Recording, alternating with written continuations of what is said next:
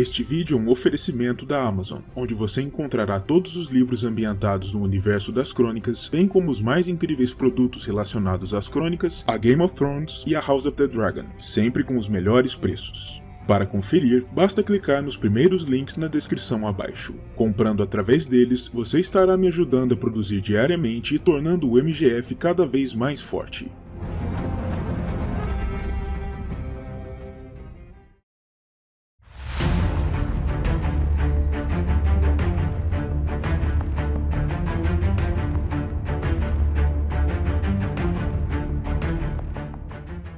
Cerca de 300 anos antes do início dos eventos descritos nas Crônicas de Gelo e Fogo, o continente de Westeros era conhecido simplesmente como os Sete Reinos do Poente, devido à fragmentação política existente entre as grandes casas reais que dominavam porções destas terras no extremo ocidente do mundo conhecido, cada uma das quais se apegando ferozmente aos seus domínios e se lançando constantemente em guerra contra as demais, em nome de poder, riqueza e prestígio.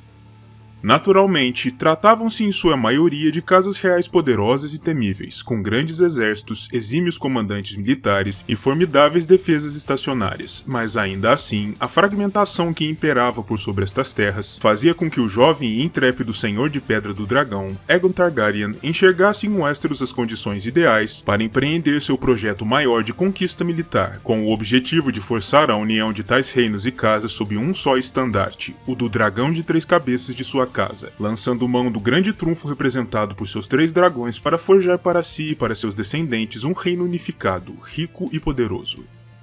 A guerra de conquista do continente é um tema vasto e complexo, mas adequado para um vídeo autônomo, mas para os propósitos do vídeo de hoje, basta dizer que, a quando de sua coroação, Aegon abandonou o título original que havia conferido a si mesmo ainda durante o início do conflito de unificação, de Rei de toda Westeros e Escudo de seu povo, para no lugar outorgar para si mesmo e para todos aqueles que sucedessem o título mais abrangente de Rei dos Ândalos, dos Rhoynares e dos Primeiros Homens, Senhor dos Sete Reinos e Protetor do território, simbolizando o domínio de sua casa por sobre todos os povos e sobre todas as terras que constituíam os então 7 reinos, apesar da determinação teimosa do Principado de Dorne a resistir ao invasor, resistência essa que perduraria por mais de 150 anos.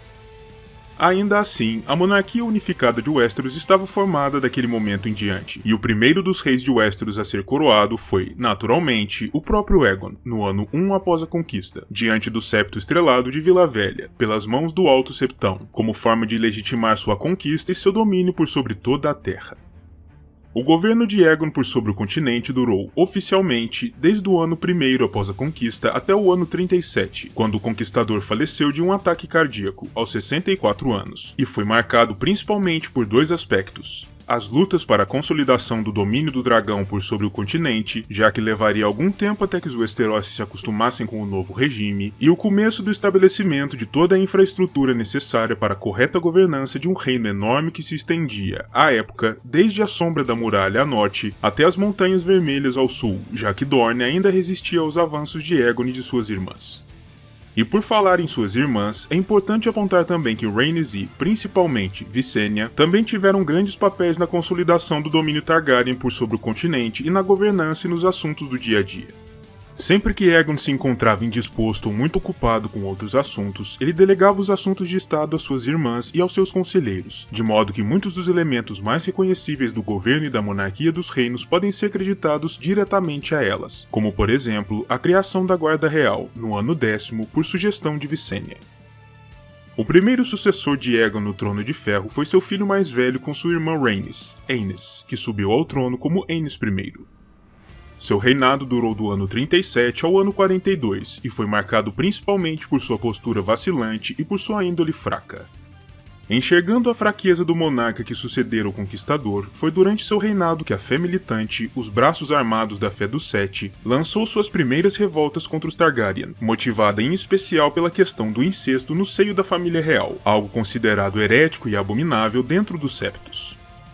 Aenys se mostrou rapidamente como completamente incompetente para lidar com as pressões do governo e com a dureza dos ataques da fé militante, em especial por ter sempre nutrido a impressão pessoal de que o povo comum o amava por sua postura leniente. Finalmente, aos 35 anos de idade, Aenys morreu, esmagado internamente pelas pressões do poder e pela ferocidade da insurreição da fé militante, mas não veio a ser sucedido por um de seus filhos, e sim por seu meio-irmão Maegor, o filho de Visenya, que foi imediatamente trazido de volta de seu exílio nas Cidades Livres por sua mãe para colocar adiante sua pretensão ao trono e para tomar o poder enquanto tinha a chance. O governo de Maegor por sobre os reinos se iniciou também no ano 42 após a conquista, e durou 6 anos, terminando em 48, um ano a mais do que o governo mal sucedido de seu irmão. No entanto, ao contrário de Aenys, que ficou marcado como um governante fraco e vacilante, Maegor construiu para si uma imagem totalmente distinta, sendo tão contundente em suas ações que ficaria para sempre conhecido como o Cruel. Onde seu meio-irmão havia falhado, no combate ao levante da fé militante, Maegor pretendia ser bem-sucedido, e por isso se lançou ferozmente às lutas contra os filhos do guerreiro e os pobres irmãos, usando para isso tanto a lâmina de Blackfyre quanto o fogo do terror negro, que ele havia herdado de seu pai Aegon, por assim dizer. O governo de Maegor foi marcado principalmente por tais lutas contra os homens piedosos, mas foi apenas depois de seu coma, decorrente de um julgamento de Sete contra alguns dos filhos do guerreiro, que Maegor começou a demonstrar de forma mais flagrante um comportamento não apenas ousado e impiedoso com os inimigos, mas flagrantemente cruel e maligno, o que lhe renderia sua famosa alcunha. Depois de emergir de seu coma, Maegor passou a governar com punho de ferro por sobre os reinos, executando desafetos e súditos comuns que demonstrassem um mísero sopro de resistência às suas vontades, além de escalar ainda mais sua selvageria contra a fé militante, como na instância em que incendiou o Septo da Lembrança, em Porto Real, com diversos filhos do guerreiro dentro de suas premissas. Contudo, Maegor também ficou marcado por algumas outras realizações, como por exemplo a grande expansão da Fortaleza Vermelha, cuja construção havia sido iniciada ainda sob o governo de seu pai. De fato, a fortaleza interna do complexo passou a ser conhecida como Fortaleza de Maegor justamente por ter sido o Cruel o rei responsável por erguê-la e torná-la quase inconquistável. Outro ponto relevante nos projetos de Maegor foi a construção dos 4 níveis subterrâneos da fortaleza, usados para deter inimigos e prisioneiros, com destaque para as famosas Celas Negras, onde os piores criminosos eram confinados para que apodrecessem, e para o 4º nível, criado especialmente para que os inimigos do rei fossem torturados das formas mais terríveis que se pudesse imaginar. Eventualmente, no entanto, a crueldade de Maegor começou a pesar por sobre todos nos reinos, e seu governo se tornava cada vez mais instável e inviável conforme o tempo passava, até o dia em que o rei foi encontrado morto, com suas veias abertas, sangrando por sobre o trono de ferro, em 48 após a conquista. Enquanto a hipótese de assassinato é a mais plausível, existem até hoje aqueles nos reinos que afirmam que Maegor fora um rei tão detestável que as próprias lâminas do trono haviam se encarregado de eliminá-lo, para poupar o povo dos reinos de sua tirania crescente. Com a morte de Maegor, seu sobrinho Jaehaerys, o jovem príncipe promissor, se movimentou rapidamente em direção à capital, para assumir o poder, com grandes promessas em seu horizonte. Jaehaerys I foi o rei mais longevo da história dos reinos, governando entre os anos de 48 e 103 após a conquista, o que lhe rendeu a alcunha de O Velho Rei. Desde o início de seu reinado, Jaehaerys se esforçou ao máximo para demonstrar aos seus súditos que seu governo seria radicalmente diferente daquele de Maegor, no sentido de ser Jaehaerys um soberano muito mais leniente e aberto ao diálogo do que o seu tio havia sido. Contudo, ao mesmo tempo, Jaehaerys também se comprometeu desde o início a demonstrar aos seus comandados que sua leniência e maleabilidade não deveriam ser confundidas com passividade ou fraqueza, e que o trono de ferro continuava sendo ocupado por um homem forte, que não deveria ser ignorado ou desafiado. Desse modo, ao mesmo tempo em que Jaehaerys ficou conhecido por ser um rei justo e piedoso, conferindo perdões a diversos antigos partidários de Maegor depois de sua ascensão, ele também fez sua fama como um monarca destemido e valente em face do perigo, protegendo o trono e o reino com bravura em batalha, e não permitindo que sua integridade fosse violada. Jaehaerys ficou conhecido por diversos feitos de nota, dentre os quais a resolução final da questão entre o trono e a fé militante. Ele concedeu anistia a todos os membros da fé, com a condição de que eles partissem em direção ao norte e tomassem o negro, e solucionou a questão das animosidades passadas com a casa Targaryen, removendo da fé a prerrogativa de manter tais grupos armados sob seu comando, se comprometendo em nome do trono a sempre proteger a fé sagrada contra seus inimigos. Além disso, ele também removeu dos homens santos o poder de presidir julgamentos, determinando daquele momento em diante que toda a justiça emanaria do Trono de Ferro, e todos os julgamentos seriam conduzidos sob o poder dos reis de Westeros. Por fim, com a ajuda de sua rainha, Alysanne, e de seus conselheiros mais próximos, Jaehaerys elaborou aquilo que ficaria conhecido como a Doutrina da Excepcionalidade, uma justificativa para os casamentos incestuosos no seio da Casa Real que haviam representado o principal motivo pelo qual a fé havia se levantado contra os Targaryen durante os anos de reinado de seu pai Aenys, colocando assim um fim nas hostilidades. Ainda que suas determinações não tenham agradado totalmente a todos os membros da fé, as soluções encontradas por Jaehaerys para sanar a crise perduraram e trouxeram de volta a estabilidade ao Westeros, o que lhe rendeu outro dos nomes pelos quais ele viria a ser lembrado, o Conciliador. Outros feitos marcantes do longo reinado de 55 anos de Jaehaerys incluem diversas melhorias de infraestrutura na capital dos reinos, tornando Porto Real a cidade que conhecemos hoje, a elaboração e a racionalização de um só código legal para os reinos, cujo processo de criação levou décadas, a construção de diversas estradas para melhor conectar Westeros por terra, diversos progressos para todos os cantos do continente, nos quais Jaehaerys e Alysanne promoviam audiências com seus súditos para ouvirem suas histórias e seus problemas, e melhor compreenderem as necessidades de seu povo, e o fortalecimento geral da monarquia westerosi, que parecia prestes a se quebrar após a morte do conquistador e os reinados desastrosos de seus dois filhos.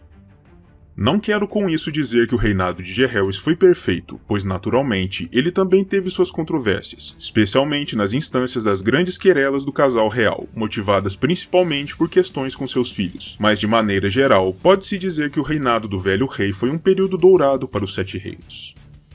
Jaehaerys veio a falecer no ano 103, aos 69 anos, tendo convocado um grande concílio 2 anos antes para determinar a questão sucessória, e o sucessor apontado pelos lordes presentes ao concílio foi seu neto Viserys, que subiu ao trono como Viserys I no mesmo ano da morte do velho rei. O governo de Viserys começou de maneira auspiciosa. Ele havia herdado do avô um reino pacífico e próspero como nunca havia sido antes, e todos na corte e na nação tinham grandes expectativas sobre seu novo rei, um indivíduo carismático e de bom gênio, tido como justo e generoso. Para além disso, sua casa se encontrava também no auge de seu poder, controlando mais de 20 dragões e governando Westeros de maneira totalmente inconteste. No entanto, como se veria mais adiante, a boa natureza de Viserys e suas boas intenções não deveriam ser confundidas com uma boa capacidade de governar, pois foi durante este período que as primeiras rachaduras na fachada de poder pétreo da casa Targaryen começariam a surgir. Seu reinado não foi marcado por grandes projetos de construção ou por grandes feitos de governança como havia sido o de seu avô, e pelo contrário, a principal marca de seu governo foram os muitos problemas enfrentados no seio de sua própria família e no círculo mais restrito do alto poder na corte. Para começar, o irmão mais jovem de Viserys, o tempestuoso príncipe Daemon, era tão ambicioso por poder e influência quanto era seguro de si próprio, e se considerava como o herdeiro natural do irmão e o próximo na linha sucessória ao trono, e tais ambições logo começariam a causar certas rusgas entre os irmãos. Para piorar, existia uma amarga rivalidade entre Daemon e a mão apontada por Viserys, Sir Otto Hightower, um dos membros de uma das casas mais ricas e influentes em todo o reino. Contudo, a questão mais problemática a acometer o reinado de Viserys foi, na realidade, aquilo que havia preocupado também Jaehaerys em seus últimos anos de vida: a sucessão. Daemon fora de fato o herdeiro apontado por Viserys a princípio, mas depois que este foi ouvido zombando publicamente das mortes da rainha de Viserys, Aemma Arryn, e de seu filho Billan, durante o trabalho de parto, Viserys ficou tão irado que destituiu Daemon de sua posição como príncipe real e nomeou sua filha Rhaenyra como herdeira, algo considerado bastante incomum que incomodou muitos na corte, e se mostraria como a semente de uma gigantesca crise e do mais mortífero e devastador conflito civil na história dos Sete Reinos.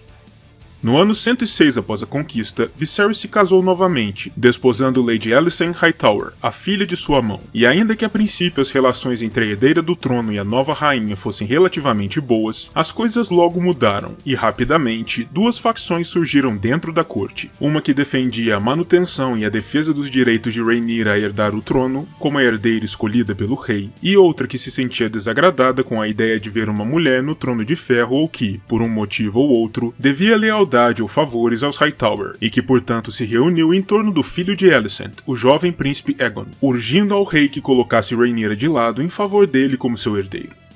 Tais facções ficariam conhecidas respectivamente como os Negros e os Verdes, e as querelas entre ambas apenas escalariam nos anos seguintes do reinado de Viserys, bem abaixo do nariz do monarca.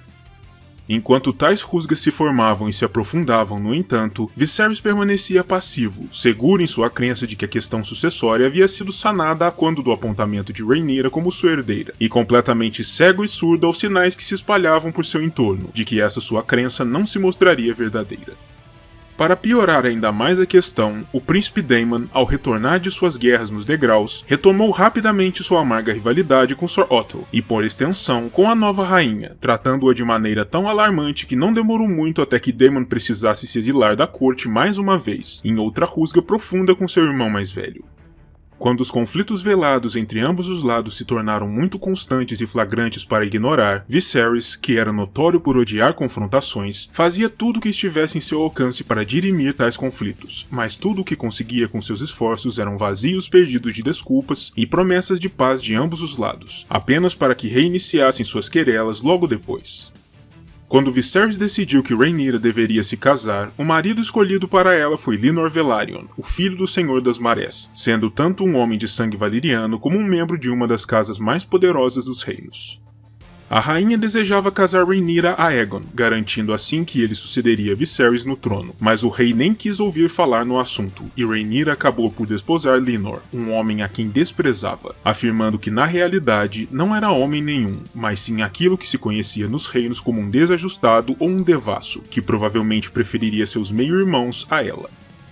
Rhaenyra veio a ter filhos, mas eles não apresentavam os traços característicos dos Velaryon e dos Targaryen, levando muitos na corte a acreditarem que não eram filho de seu marido, mas sim de um dos cavaleiros a seu serviço, uma história que atraiu ainda mais sentimentos negativos por sobre a herdeira. Enquanto isso, o príncipe Daemon, que se reconciliou com o irmão uma segunda vez, se casou com a irmã de Lyonor, Lynna, e teve com ela filhos também, mas isso não mudou em nada sua natureza ou diminuiu sua determinação de se tornar o rei após a morte de Viserys. Nos idos do ano 127 após a conquista, Viserys já se encontrava velho, cansado e frustrado com seus esforços infrutíferos para acalmar as coisas na corte, enquanto as animosidades entre negros e verdes apenas escalavam. No terceiro dia da terceira lua do ano 129 após a conquista, Viserys finalmente faleceu aos 52 anos de idade, sem ter conseguido cumprir seus objetivos e sem conseguir também assegurar uma sucessão segura ao trono, e as facções rivais se movimentaram rapidamente, prontas para defender suas pretensões, mesmo que através das vias da guerra. A partir deste momento, Westeros se viu diante de uma situação de diarquia, ou seja, com duas figuras clamando serem os soberanos legítimos dos Sete Reinos. Enquanto o príncipe Aegon foi coroado na capital como Aegon II por Sir Criston Cole, da Guarda Real, uma cerimônia semelhante foi conduzida em Pedra do Dragão, na qual Rhaenyra foi coroada como a primeira de seu nome, a soberana de todos os reinos. Naturalmente, tal situação não se sustentaria por muito tempo, e não demorou até que as duas facções se atirassem às gargantas uma da outra, causando a explosão da Dança dos Dragões, a maior guerra civil da história dos reinos e de toda a dinastia Targaryen. Sendo assim, não há muito para se dizer sobre os governos de ambos sobre as terras que controlavam, pois a maior parte de suas atenções era dedicada, naturalmente, à guerra.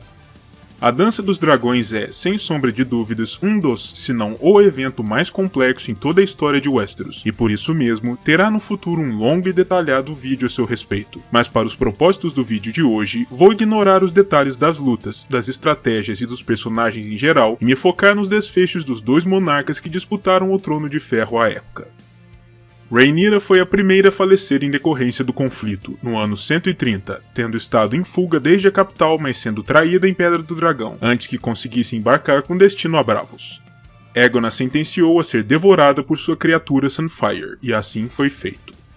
Ela morreu no mesmo ano em que seu marido Daemon também veio a falecer, lutando contra Aemond Targaryen, um dos líderes da facção verde, em uma batalha de dragões por sobre as águas do Olho de Deus. Com as mortes das duas principais figuras da facção inimiga, Aegon deve ter imaginado que a guerra estava praticamente vencida e que ele em breve governaria os reinos de forma inconteste, mas sua alegria pouco durou, pois no ano seguinte ele foi encontrado morto na capital, envenenado, acredita-se, por seus próprios partidários. Com as mortes dos líderes de ambos os lados do conflito, o trono passou para o filho sobrevivente de Rhaenyra, Aegon, que também havia sido declarado como herdeiro do segundo deste nome, já que seus dois filhos legítimos haviam falecido, e sua única filha legítima morreria logo mais, em 133. Assim, em 131 após a conquista, se iniciou o reinado de Aegon III, que passaria à história como a Desgraça dos Dragões, pois seria durante seu reinado que as últimas poucas criaturas da casa Targaryen que haviam sobrevivido à dança encontrariam seu fim. Tal reinado duraria 26 anos, se encerrando em 157 após a conquista, mas durante seus primeiros anos, o reino precisou ser governado por uma série de regentes, já que Aegon, à época de sua coroação, tinha apenas 10 anos de idade, sendo portanto muito jovem para assumir seus plenos poderes como rei. Seu governo efetivo apenas se iniciou em 136 após a conquista, ano do 16º dia de seu nome, quando Aegon pôde por fim assumir plenos poderes, dispensando tanto seus regentes quanto sua mão, e iniciando seu efetivo exercício do controle por sobre os reinos. O reinado de Aegon III foi marcado por sua índole sombria e melancólica, e ele era tido como um rei quebrado, governando por sobre um reino quebrado. Ele sofreu durante anos para tentar trazer ao reino paz e prosperidade, tal como não eram vistas desde os dias do governo de Viserys, e sua personalidade contida e cabisbaixa fazia com que Aegon não fosse capaz de cativar seus lordes ou o povo comum, fazendo com que não fosse bem amado como alguns dos monarcas anteriores. Seu casamento levou anos até ser consumado, mas ele eventualmente conseguiria gerar com sua rainha, Rhaenyra Velaryon, 5 filhos no total, assegurando assim a continuidade da linhagem. No entanto, nenhum destes acontecimentos ou situações marcaram tanto o reinado de Aegon III quanto a morte dos últimos dragões da Casa Real, pois existem até hoje aqueles nos reinos que acreditam que o rei não apenas não fez nada para tentar preservar a linhagem dos dragões, como também pode até mesmo ter conspirado secretamente para colocar um fim definitivo às criaturas. Todos na corte sabiam do pavor de Aegon pelos dragões, motivado principalmente, especula-se, pelo fato de o rei ter testemunhado a morte de sua mãe Rhaenyra, devorada pelo dragão de Aegon II, o que lhe causou um trauma profundo que jamais o abandonou. Por isso, especula-se que Aegon possa ter conspirado nas sombras com a Ordem dos Mestres da Cidadela, para que os últimos dragões restantes da Casa Real fossem removidos do caminho a qualquer custo, devido ao desprezo dos mestres por todas as formas de magia, e ao desejo dos arquimestres em criar um mundo novo, no qual o transcendente não teria lugar. No entanto, se isso assim se deu, Aegon parece ter se arrependido de sua decisão, pois conforme seu reinado se desenvolveu sem que grandes avanços fossem feitos, e diversas parcelas da sociedade começaram a se opor ao seu governo, o rei passou a ficar convencido de que os dragões, apesar de seu pavor pessoal por eles, poderiam ser ferramentas úteis para dissuadir qualquer um que pensasse em se opor ao seu poder.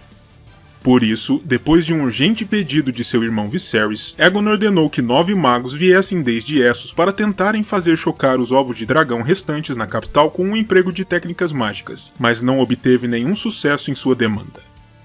O reinado melancólico de Aegon III se encerrou com sua morte pela doença conhecida simplesmente como consumo, em 157 após a conquista, quando o rei se encontrava com apenas 36 anos, tendo vivido uma vida marcada pelas tragédias e pelas decepções. Aegon foi sucedido no trono por seu filho mais velho Daeron, que subiu ao poder como Daeron I, no mesmo ano da morte do pai, e deu muito rapidamente mostra de que seria alguém bastante diferente do melancólico Aegon em sua forma de tocar os deveres reais. Aos 14 anos de idade, Daeron se mostrou como um monarca repleto de energia, e todos os seus esforços seriam direcionados quase que imediatamente a um único objetivo, o de encerrar de uma vez por todas as mais de 150 anos da teimosa independência de Dorne, que continuava resistindo aos avanços dos Targaryen em sua tentativa de incorporá-lo ao reino unificado, além de fomentar a desobediência civil dentro de suas fronteiras e de, por vezes, até mesmo lançar ataques sorrateiros na fronteira ou apoiar certos grupos de criminosos e rebeldes que vinham causando problemas crescentes aos súditos do reino. Sendo assim, Daeron se decidiu por manter seu tio Viserys no cargo de mão do rei, que ele vinha ocupando desde os dias de Aegon III, e deixaria sobre seus ombros o grosso do fardo da governança e do dia a dia do reino para se concentrar em seu objetivo principal. Apesar das objeções de seus conselheiros, dentre os quais o próprio Viserys, que constantemente relembravam Daeron das tentativas mal-sucedidas das Irmãs do Conquistador em subjugar Dorne, mesmo com dragões à sua disposição, o jovem e dinâmico rei nem mesmo queria ouvir falar no assunto, respondendo a essas ressalvas com a frase: "Vocês têm um dragão, ele está diante de vocês." O jovem rei logo reuniu suas forças para partir para o sul, com o objetivo de retificar o que ele via como o grande erro de seus ancestrais, o trabalho não finalizado ao qual ele havia de colocar um final definitivo. Isso fez com que Daeron ficasse conhecido pela posteridade como o Jovem Dragão. Tamanha era sua energia e sua determinação de completar a dominação de toda Westeros, e sua juventude também lhe renderia a alcunha de o Garoto Rei. Diz-se, com justiça, que o trono de Daeron foi a sela de sua montaria, pois ele passaria a esmagadora maioria de seu reinado, que durou de 157 até 161 após a conquista, um período de apenas 4 anos, montado à frente de suas forças, nos campos de batalha empoeirados da Península Dornesa, disposto a tudo para colocar um final à rebeldia dos homens da região. Daeron ia à batalha usando a coroa negra do conquistador, em conformidade com sua armadura também negra, uma escolha particularmente arriscada sob o sol forte da Península Dornesa. Mas apesar do desconforto, o rei parecia absolutamente imperturbável e inabalável em sua missão principal. A princípio, a campanha de Daeron em Dorne parecia se encaminhar para se tornar um grande sucesso. Ele dividiu suas forças em 3 exércitos e se utilizou de todos os artifícios possíveis para se movimentar rapidamente e para surpreender os exércitos inimigos sempre que fosse possível, alcançando importantes vitórias, se movimentando pelos altos passos das Montanhas Vermelhas que davam acesso ao coração arenoso da península em busca de seu objetivo principal, Lança Solar, a sede dos Martell e do Principado, enquanto a frota real, liderada por Lord Alyn Velaryon, navegava através da costa dornesa e subia o Sangue Verde, esmagando as forças navais e fluviais dos dorneses para que estas não interferissem no avanço por terra dos exércitos reais. No ano 158 após a conquista, ocorreu a chamada Submissão de Lança Solar, quando o príncipe Martell e outros 2 grandes senhores da península dobraram seus joelhos diante do poder de Daeron, em apenas 1 ano desde o início de sua invasão. Por este breve momento, Daeron se tornou, de fato, o primeiro monarca Targaryen a subjugar verdadeiramente os dorneses, unificando os 7 reinos tal como conhecemos hoje ao custo de mais de 10.000 baixas militares. Mas como veremos adiante, sua alegria com a conquista pouco duraria. Depois de sua vitória, Daeron escreveu de próprio punho um livro intitulado simplesmente como A Conquista de Dorne, no qual o rei recordava com seus próprios relatos os caminhos pelos quais conseguira colocar um fim à resistência dornesa, sempre fazendo questão de enaltecer seus próprios feitos tanto quanto fosse possível. Outra marca do livro de Daeron foi o flagrante exagero dos números de soldados controlados pelos dorneses, pintando-os como um inimigo maior e mais poderoso do que realmente era, o que se supõe tenha sido algo intencional, pensado para tornar a conquista do Jovem Dragão ainda maior na mesma proporção. Após o final dos conflitos, Daeron passou algum tempo em Dorne consolidando sua conquista ali, e chegou a sofrer uma tentativa de atentado contra sua vida, antes de retornar à capital. No entanto, no ano 160, uma insurreição conduzida principalmente pelo povo dornês comum motivou a volta do jovem rei ao Principado, para colocar por terra tal revolta e recuperar o controle por sobre seus novos súditos insubordinados. Após mais algumas vitórias militares em sua marcha de volta a Dorne, Daeron aceitou se encontrar com alguns líderes revoltosos em 161 para uma conferência de paz. No entanto, o encontro era uma armadilha, e Daeron e seus protetores mais próximos foram traídos e mortos pelos dorneses, de forma traiçoeira, com seus corpos se perdendo em meio ao pandemônio e o corpo do próprio Daeron sendo enterrado sob os corpos de seus protetores, com a coroa do conquistador ainda sobre sua cabeça. Dessa forma melancólica e trágica, o curto reinado de Daeron chegou ao fim. Os dorneses eventualmente recuperaram e enviaram o corpo de Daeron de volta a Porto Real, para que ele pudesse ser devidamente velado e sepultado. Embora a coroa do conquistador tenha permanecido perdida, não se sabe se de forma intencional ou por não ter sido mesmo localizada. Mas o fato é que naquele mesmo ano de 161, o irmão mais jovem de Daeron, Baelor, subiu ao trono como Baelor I, já que o jovem dragão jamais havia chegado a gerar descendência. O reinado de Baelor I durou 10 anos, entre 161 e 171 após a conquista, e enquanto seu irmão tentara unificar o reino à força, esmagando a determinação dos dorneses, Baelor tentaria curar as feridas da guerra através de métodos bastante distintos.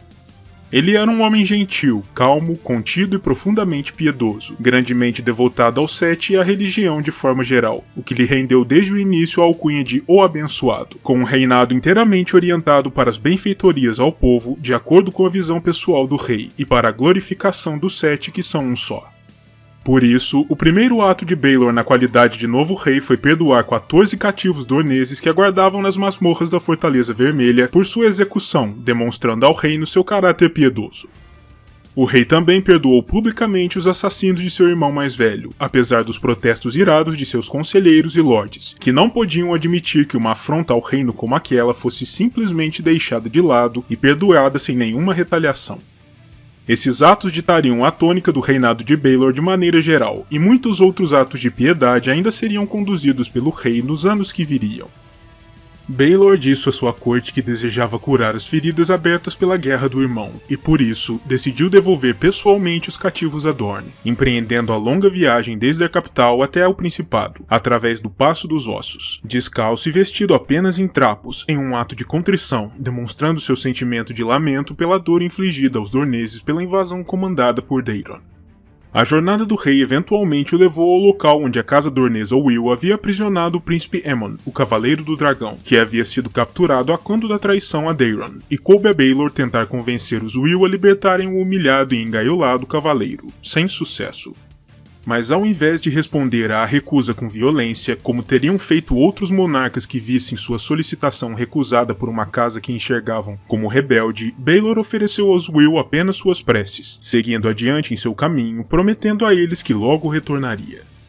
O principal feito de tal expedição de Baelor foi tido como a formação de uma paz inédita com Dorne, sacramentada pelo casamento entre o primo mais jovem do rei, Daeron, com a filha mais velha do príncipe de Dorne, a princesa Miriam Martell, assim que ambas as crianças atingissem a idade adequada. Depois de resolver essa questão, Baelor retornou ao local onde o príncipe Aemon era mantido cativo e o descobriu suspenso em uma gaiola em meio a um fosso repleto de víboras. Mesmo assim, Baelor foi adiante e adentrou o fosso, objetando resgatar Aemon e seguro em sua crença de que os Sete o protegeriam em sua aprovação. E de acordo com as histórias relatadas pelos mais devotos, as serpentes peçonhentas se negaram a morder Baelor, por ser ele tão coberto de santidade e piedade. A realidade sobre o ocorrido é menos floreada, no entanto.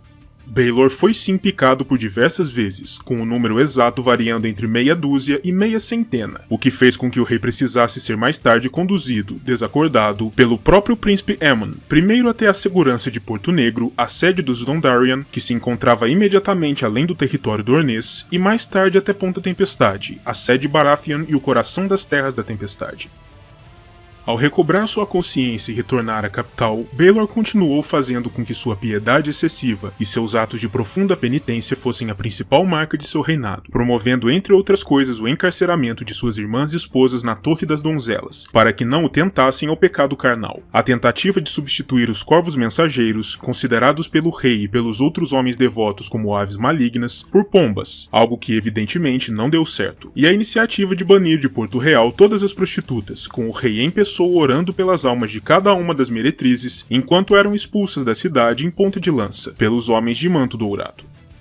No entanto, existe ao menos uma realização do reinado de Baelor que é, de fato, impressionante e digna de nota, e que ainda pode ser contemplada até os dias de hoje por sobre a colina de Visenya. O grande septo que leva seu nome, construído por ordem de Baelor para a maior glorificação dos Sete, e para se tornar o principal centro de adoração da fé não apenas na capital, desde o incêndio e a destruição do Septo da Lembrança, mas também de todos os Sete Reinos, ao ponto de vir a se tornar também a nova sede do Alto Septão, que deixou de lado o septo estrelado em Vila Velha e se mudou para a nova estrutura, para estar mais próximo ao centro de poder nos reinos. Tais atos piedosos e a caridade fizeram com que Baelor fosse bem amado pelo povo humilde, mas fizeram também com que fosse desprezado por seus lordes, por suas atitudes erráticas e inconsequentes, que ameaçavam arremessar as finanças e a governança dos reinos no caos.